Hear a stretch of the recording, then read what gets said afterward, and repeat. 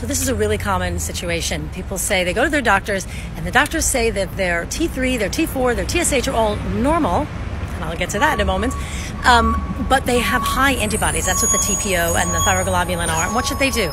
Well, it depends. There's a number of things. One, what brought you to the doctor in the first place? Are you having symptoms? Because if you're having symptoms, you're not normal. It's not normal to be sick. I wish our doctors would understand that. So if you're having symptoms, one, that's what the doctor should treat, not the lab report. So that's number one. Number two is often what the doctors call normal is way too broad a range, and we're actually healthy at a much narrower range. So I would question the normal. TSH is usually much lower when people feel healthier, and T4 and T3 are higher. So that's number two. Your labs usually are not normal when the doctor says that. However, maybe they are. Maybe they are normal. You don't have too many bad symptoms. In that case, though, you do have indication that you have a hypothyroidism. That you have an autoimmune condition that can lead to hypothyroidism. You have Hashimoto's. If you have antibodies, you have Hashimoto's. The doctor's saying, don't bother me until your thyroid has gotten destroyed enough to give you symptoms. Does that make sense to you? Does that sound bananas? Don't bother me until your organ starts to fail.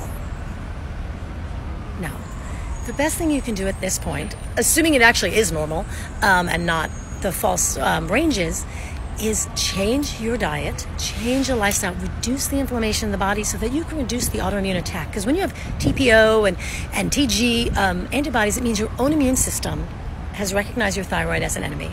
That doesn't happen out of the blue. There's usually a trigger. It's stress. It's foods that we eat, too much sugar in the diet, all kinds of autoimmune triggers like gluten, dairy, eggs, and soy. It's not enough sleep. It's usually too much exercise. We are overstressing our body, or the wrong kind of exercise like cardio. So the most important thing that we can do now, in fact, if you truly do feel okay, if you truly don't have symptoms and your labs really are normal, but you know you have this disorder, you're actually in a good place because it means you can take preventive action. You can actually start to heal your body and get rid of that autoimmune attack, put it into remission, and your thyroid will continue to function. Somebody like me, I didn't know what was going on for 20 years. I'm going to be taking this medication for the rest of my life because my thyroid is not as functional anymore.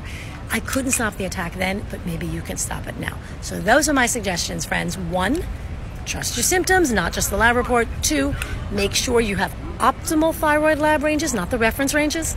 And three, now's the time to take action, whether you actually have symptoms or not, and change your diet and lifestyle to get rid of the inflammation, to get rid of the autoimmune attack so that you can stay healthy. Good luck.